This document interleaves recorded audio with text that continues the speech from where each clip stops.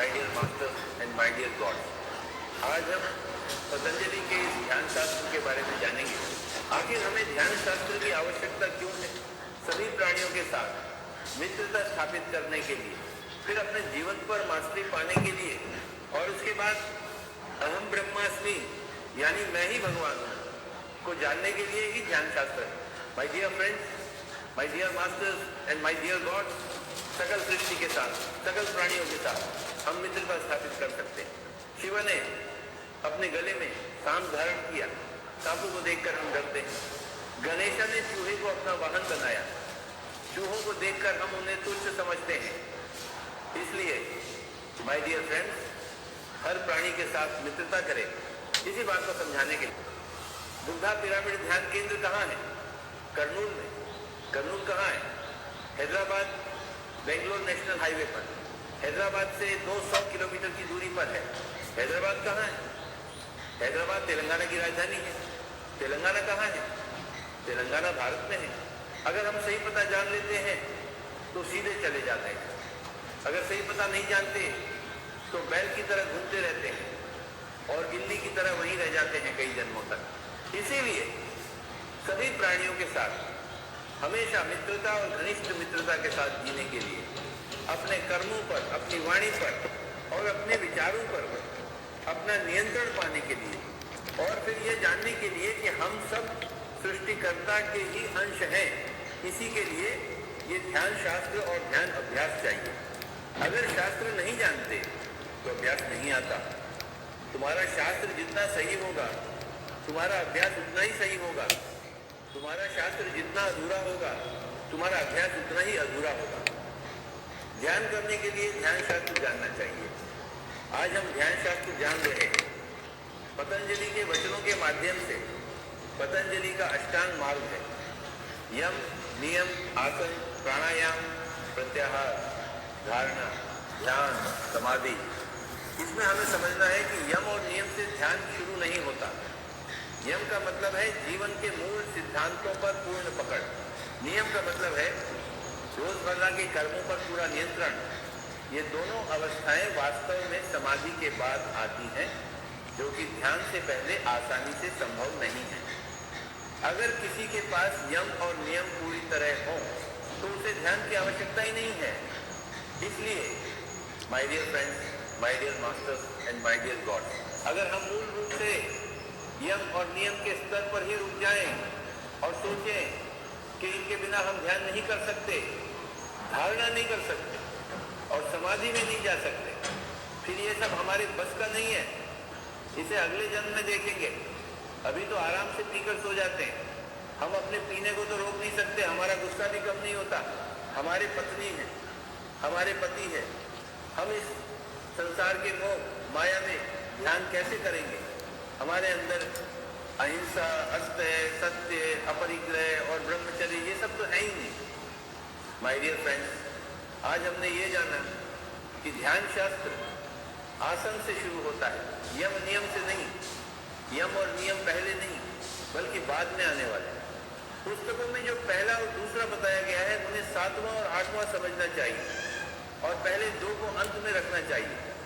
पहला है आसन, दूसरा है प्राणायाम, तीसरा है प्रत्याहार, चौथा है धारणा, 5वां है ध्यान, छठा है समाधि, 7वां है यम, 8वां है नियम।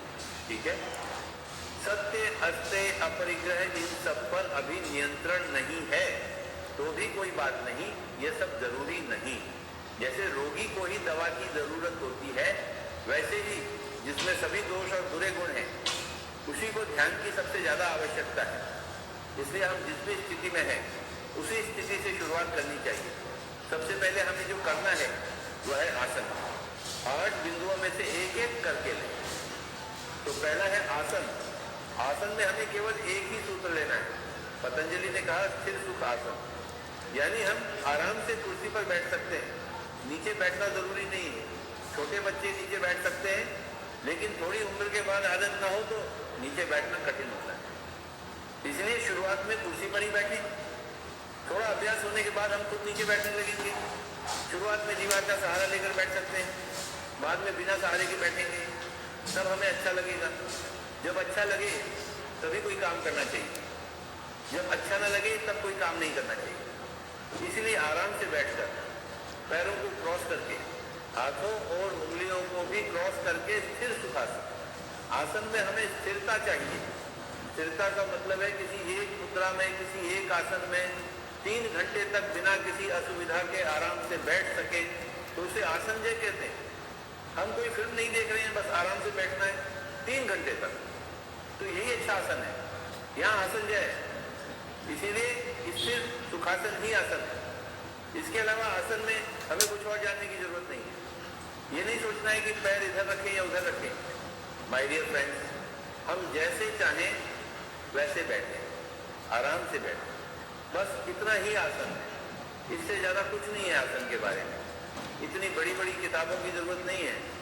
सिर्फ अपने मन के अनुसार आराम से बैठें। अगर बैठ नहीं सकते तो लेट जाएं। बुजुर्ग लोग लेट सकते हैं और जो बैठ सकते हैं उन्हें बैठकर ही करना चाहिए। आसन के बाद दूसरा है प्राणायाम। ये मंत्र नहीं है माय डियर मास्टर्स, यहाँ कोई मंत्र नहीं है। गायत्री मंत्र नहीं, ओम नमो नारायणाय नहीं, ओम नाद नहीं, कोई भी जप नहीं, मुख से कोई आवाज नहीं होनी चाहिए। आसन के बाद प्राणायाम है। शरीर को संभालने के बाद अब श्वास को संभालना है। शरीर को स्थिर रखना आसन है और श्वास को स्थिर रूप से अवलोकन करना प्राणायाम। श्वास को जबरदस्ती नियंत्रित करना, उसे कुंभक करना, अंदर रोकना, अंतर कुंभक, बाहर रोकना, बाह्य कुंभक ये बिल्कुल नहीं चलेगा। प्राणायाम का मतलब है सुखद प्राणायाम।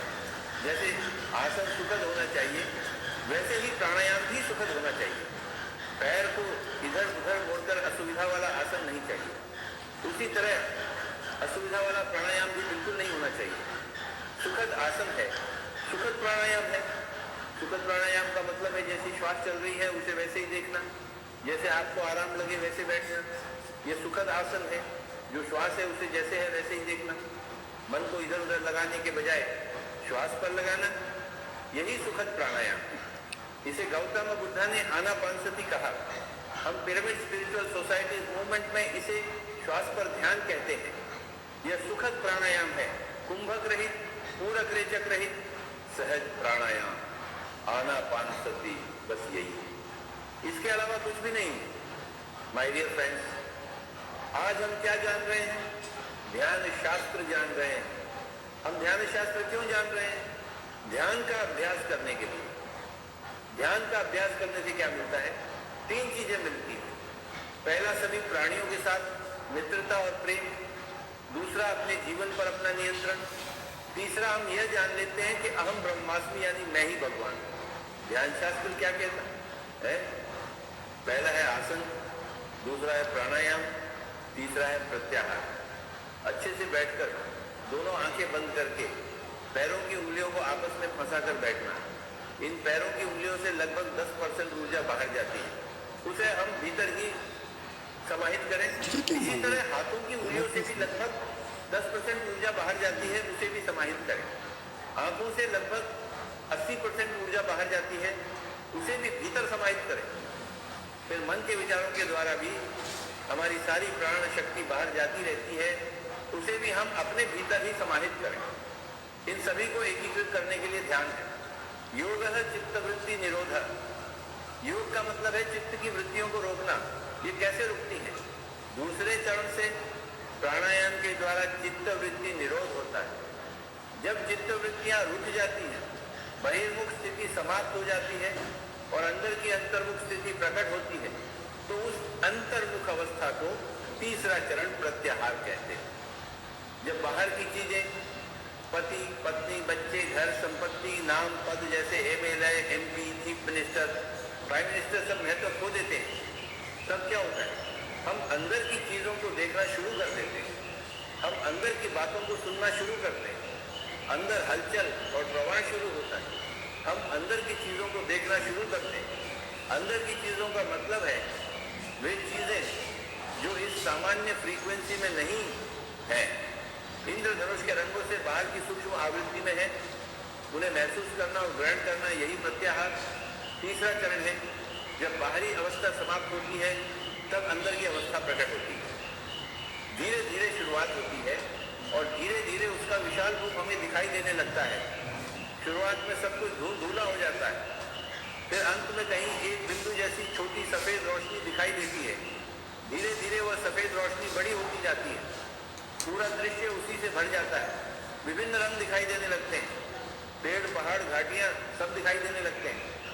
इसके लिए साधना चाहिए, निरंतर साधना, अटूट लगन के साथ साधना।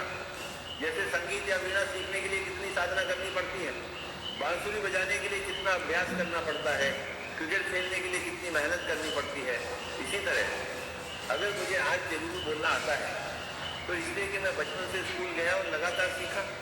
अगर स्कूल नहीं जाता, इतने साल अभ्यास नहीं करता, तो क्या मुझे इतनी अच्छी तेलुगु आती? नहीं आती। इसलिए जैसे हमने क्रिकेट सीखा, संगीत सीखा, तेलुगु सीखी, अंग्रेजी सीखी, वैसे ही अब हमें ध्यान भी सीखना चाहिए। ये सबके साथ जुड़ने वाली, सबको सहारा देने वाली साधना है माय डियर फ्रेंड्स। तो पहला है आसन, दूसरा है प्राणायाम, तीसरा है प्रत्याहार। मतलब अंदर की चीजें दिखाई देने लगती है, पहाड़ घाटियां झरने सुंदर प्राकृतिक दृश्य दिखाई देते हैं। बैठते बैठते लगातार बैठते रहने से अंदर ही दृश्य दिखाई देने लगते हैं, अंदर ही ज्ञान प्राप्त होने लगता है। इसी को प्रत्याहार कहते हैं। आहार का मतलब है भोजन और प्रति का मतलब है विपरीत, ऑपोजिट।